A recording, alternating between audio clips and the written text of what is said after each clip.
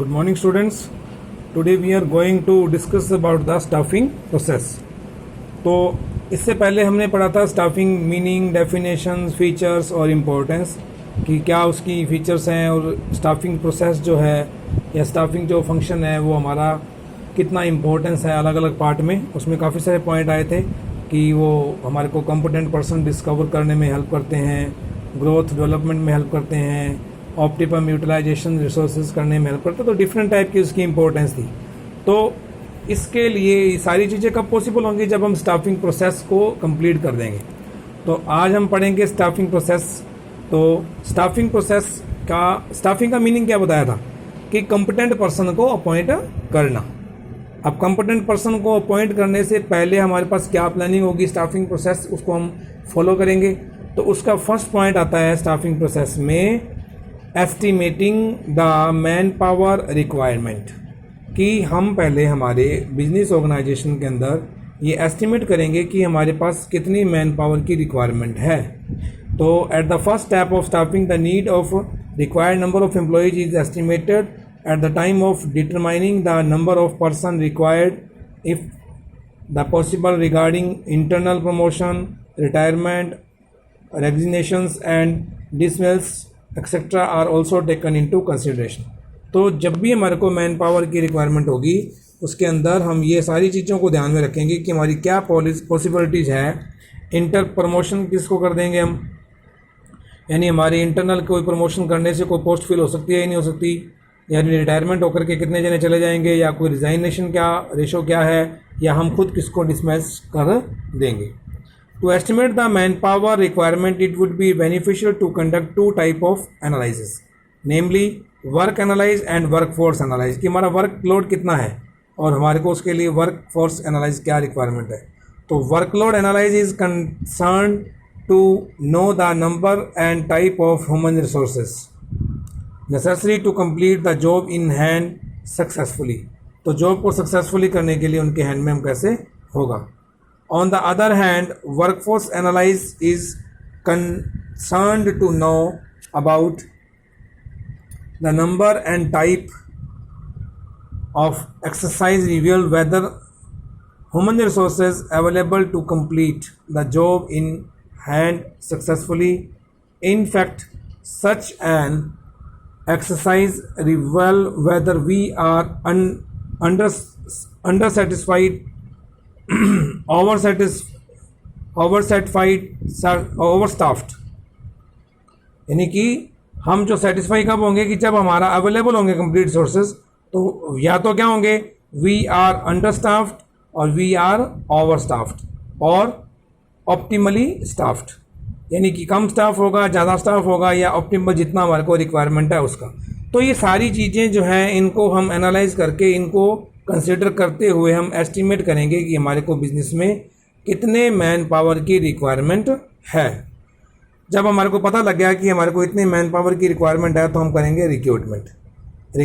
The process of recruitment include the search of the various source of employees and encouraging them to send their application to the enterprises. देखो इस recruitment point के अंदर जो main चीज़ है वो ये होती है कि हमने जो हमारे को मैन पावर चाहिए उन मैन पावर को हम कहाँ से, कौन से रिसोर्सेज हैं जहाँ से हम उनको अपॉइंट कर सकते हैं, उनको ले सकते हैं. तो ये सारी चीज़ें सर्च करके हम उन पर्सन को इनक्रेज करेंगे कि वो हमारे ऑर्गेनाइजेशन में उस पोस्ट के लिए एप्लीकेशन दें, यानी अप्लाई करें. यानी सिर्फ कॉम्पिटेंट पर्सन को अप्लाई करवाने तक की जो प्रोसेस है वो है रिक्रूटमेंट. अब उसके लिए हम मैन पावर की एजेंसीज होती हैं उससे हम कर सकते हैं, कैरियर गाइडेंस है वहाँ से भी ले सकते हैं, या एम्प्लॉयमेंट एक्सचेंज है. ये डायग्राम बताया हुआ आपकी बुक में कि मैन पावर एजेंसी होती हैं वहाँ से एम्प्लॉयमेंट एक्सचेंज होते हैं या कैरियर गाइडेंस होती है. तो ये सेकेंड पॉइंट था इसका, रिक्रूटमेंट मीन्स कि कंपिटेंट पर्सन को अपने ऑर्गेनाइजेशन में अपॉइंटमेंट लेने के लिए, अप्लाई करने के लिए अट्रैक्ट करना, जो है सिर्फ अट्रैक्ट करना और अप्लाई करवाने तक की जो प्रोसेस है वो है रिक्रूटमेंट. उसके बाद स्टूडेंट्स थर्ड पॉइंट आता है रिक्रूटमेंट के बाद सिलेक्शन. जो हमने हमारे पास एप्लीकेशंस के फॉर्म जो आए हैं उनमें से हम सिलेक्शन कैसे करते हैं. तो under the process of selection, competent applicants are selected out of the large number of them. It is important to keep in mind that the liabilities of the applicants and the nature of work must match. कि हमने selection करना है, selection के अंदर हम ये देखेंगे कि हमने जो हमारे पास एप्लीकेशंस आई हैं, कॉम्पिटेंट एप्लीकेशन जो आई हैं, उनमें से हम कुछ एक पर्सन को सिलेक्ट करेंगे। तो लार्ज नंबर पे एप्लीकेशन आएंगी, तो लार्ज नंबर पर जो हमारे पास एप्लीकेशंस आई हैं उसमें से कॉम्पिटेंट का सिलेक्शन करना, दैट इज सिलेक्शन प्रोसेस होता है। यानी रिक्रूटमेंट में सपोज कि हमारे पास 500 फॉर्म्स आ गए, तो हमने उस 500 फॉर्म्स में से जो मेन मतलब मोस्ट इंटेलिजेंट या मोस्ट कॉम्पिटेंट उनकी क्वालिफिकेशन एक्सपीरियंस को देखते हुए हमने चेक किया, तो हमने उसमें से 50 को सिलेक्ट कर लिया। तो ये हमारी जो है सिलेक्शन प्रोसेस होती है। उसके लिए हम सिलेक्शन के अंदर उनसे कुछ भी तरह के इंटरव्यू, रिटन टेस्ट जो भी है वो सिलेक्शन प्रोसीजर के अंदर आगे डिटेल में आएगा। उसके बाद हमने देखो पहले एस्टिमेट किया कितने मैन पावर चाहिए, उसके बाद हमने रिक्रूटमेंट किया, फॉर्म आ गए, उसके बाद उन फॉर्म में से कुछ कॉम्पिटेंट पर्सन को, लार्ज नंबर के फॉर्म में से कुछ फॉर्म को हमने सेलेक्ट कर लिया, वो होगा सिलेक्शन। अब सिलेक्शन करने के बाद आता है प्लेसमेंट एंड ओरिएंटेशन। तो placement means to join the post for which he और शी हैज़ बीन सेलेक्टेड, यानी कि उनको अपॉइंटमेंट देना, प्लेसमेंट देना जिस पोस्ट के लिए उसको सेलेक्ट किया है। Under orientation the employees is given a brief presentation about the company and is introduce to his superior, subordinate and colleagues. यानी कि जो हमारा प्लेसमेंट एंड ओरिएंटेशन वर्क होगा उसके अंदर हम जो भी पर्सन है जो सिलेक्ट हुआ है उसको हम एम्प्लॉई को ब्रीफ प्रेजेंटेशन देंगे कंपनी के बारे में, हमारे ऑर्गेनाइजेशन के बारे में, और उनको हम इंट्रोड्यूस करवाएंगे कि उनका बॉस सुपीरियर कौन है, सबऑर्डिनेट उनके अंडर में काम करने वाले कौन है, और उनके साथ में जो उनके कलीग्स कौन है। तो ये जनरल स्टार्टिंग इंट्रोडक्शन टाइप होता है प्लेसमेंट एंड ओरिएंटेशन में। तो selected in bank checklist of the documents required, तो उसके बाद में होंगे। उसके बाद एक ओरिएंटेशन है, तो वेलकम करेंगे और उनको उनके कलीग्स, सुपीरियर, सबऑर्डिनेट्स के साथ उनको फैमिलियर करवाएंगे, इंट्रोड्यूस करवाएंगे। तो नेक्स्ट पॉइंट आता है स्टूडेंट, प्लेसमेंट भी दे दिया उनको।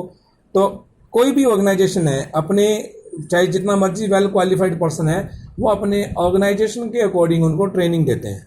तो ट्रेनिंग एंड डेवलपमेंट, तो at this step of process of staffing, training and development are imparted to the employees so that their efficiency and effectiveness is increased. तो उनको हम ट्रेनिंग देंगे according to their work। Training देते हैं तो उनकी काम की जो क्षमता है, इफ़िशेंसी, इफेक्टिवनेस है, वो इंक्रीज होती है, और हमारे काम के अंदर जो क्वालिटी है वो भी उसकी इंक्रीज होगी। तो ये नेक्स्ट था इसका ट्रेनिंग एंड डेवलपमेंट। नेक्स्ट है performance appraisal. At this step, the capability of every employee is judged. यहाँ पे हम हर एक एम्प्लॉइज की जो कैपेबिलिटी है उसको जज करेंगे। To judge his capability, his work, actual work performance is compared with the work assigned to him. यानी कि जो उनको वर्क दिया गया था उसको हम चेक करेंगे जो एक्चुअल में उन्होंने किया है। तो सारा काम हो गया हमारा। देखो हमने एस्टिमेट किया, फिर उसको रिक्रूटमेंट किया, सिलेक्शन किया, प्लेसमेंट दे दिया, उसको ट्रेनिंग दे दी। ट्रेनिंग देने के बाद हम देखेंगे कि उनकी वर्क परफॉर्मेंस कैसी है। तो ये पॉइंट है परफॉर्मेंस अप्रेजल। उसको अलग अलग पार्ट में डिवाइड कर दिया जाएगा। इवैल्यूएशन में रिजल्ट आएंगे कि उसका वर्क जो है वो आउटस्टैंडिंग है, वेरी गुड है, सेटिस्फैक्ट्री है, या मार्जिनल है, या अनसेटिस्फाइड है। तो इनमें से उस पर्सन का रिजल्ट डिक्लेयर किया जाएगा, परफॉर्मेंस अप्रेजल। उसके बाद स्टूडेंट्स है प्रमोशन एंड कैरियर। देखो उनकी हमने इवैल्यूएशन करने के बाद ही प्रमोशन होगा। तो under this step in process of staffing, employees get promoted to higher post on the basis of their capability. जब उनकी कैपेबिलिटी है काम करने की, उसके अकॉर्डिंग जो है हम उनको अपनी एक पोस्ट से दूसरी पोस्ट के ऊपर उनको प्रमोट करते चले जाएंगे। तो promotion is advancement of an employees to a better job, better in term of greater responsibility, more prestige और status, greater skill and specially increased rate of pay और सैलरी। तो सारा कुछ इंक्रीज होता है। उसके अकॉर्डिंग हमारी जो है इनकी प्रमोशन और कैरियर प्लानिंग हो जाएगी। फिर है लास्ट में इसमें 8th पॉइंट आता है compensation. This step of staffing process involve fixing the compensation of employees for his contribution to the organisation. ये ऑर्गेनाइजेशन को जो उसका कंट्रीब्यूशन है उस कंट्रीब्यूशन के अकॉर्डिंग हम देखेंगे कि उनको कितना कंपनसेशन दिया जाएगा, ये चेक होगा। Compensation refers to all form pay and rewards going to the employees. Compensation के अंदर जिस तरीके से भी जो भी है, चाहे वो सैलरी है, चाहे वो वेजेस है, चाहे वो इंसेंटिव्स है, तो सारी चीज़ें उसके अंदर रिवार्ड्स हैं, सब काउंट हो जाएंगे। Basically it is the price for the job, यानी कि इसको हम शॉर्ट में बोलें तो बोल देंगे कि जॉब का प्राइस क्या है, price for the job. It may be of the following 2 types. Direct physical payment. अब डायरेक्ट फिजिकल पेमेंट में क्या आ गया, wages, salary, incentive, commission, bonus. It may be paid on the following 2 basis. Time base पे भी दे सकते हैं कि आपने कितना टाइम काम करोगे, यानी डेली के आपको इतने रुपए मिलेंगे, या वीकली के आपको इतने पैसे मिलेंगे, या मंथली आपको सैलरी इतनी मिलेगी, या एनुअली आपके साथ इतने रुपए का कॉन्टैक्ट होगा। तो डायरेक्ट फाइनेंशियल पेमेंट को 2 तरीके से हो गया, एक तो टाइम बेस्ड पेमेंट होगा और सेकंड है परफॉर्मेंस बेस्ड पेमेंट। तो अंडर दिस मेथड सैलरी और wages are paid on the basis of number of unit produced by an employees. तो देखो टाइम बेस पे तो ये हो गया कि अगर आप 1 वीक या 1 मंथ काम करते हो तो आपको इतनी सैलरी दी जाएगी, तो वो तो टाइम बेस हो गया। और परफॉर्मेंस बेस ये हो गया कि अगर आप 1 यूनिट मैन्युफैक्चरिंग करते हो तो आपको 10 रुपये मिलेंगे। आपने अगर एक दिन के अंदर 1000 यूनिट मैन्युफैक्चरिंग कर दी तो आपको 10,000 रुपीज़ मिल जाएंगे, तो वो यूनिट बेस है। अगर आपने 500 यूनिट मैन्युफैक्चरिंग की है तो आपको 5000 मिलेंगे। और टाइम बेस में क्या था, वीकली सैलरी है या मंथली सैलरी है, या आपको मंथली 40,000 रुपीज़ सैलरी मिलेगी, तो आप उसके अकॉर्डिंग जो उसको वर्क होगा उसको आपको करना पड़ेगा। तो ये इंसेंटिव है टाइम बेस और परफॉर्मेंस बेस। इनडायरेक्ट पेमेंट, अब वो तो डायरेक्ट पेमेंट में थे, अब इनडायरेक्ट पेमेंट में आता है includes facilities like insurance, medical, vacations etcetera are provided free of cost by the employer. Employer के द्वारा एम्प्लॉयज़ का फ्री इंश्योरेंस किया जाए, फ्री मेडिकल फैसिलिटी दी जाए, उसको छुट्टियां दी जाएँ, साथ में उसको कुछ रुपीज़ दिए जाएँ, बोनस के वैकेशन मतलब पेमेंट दी जाए। तो ये सारी की सारी जो बेनिफिट्स हैं उनको इनडायरेक्ट पेमेंट है। ये थे आपके स्टाफिंग के प्रोसेस। Thank you.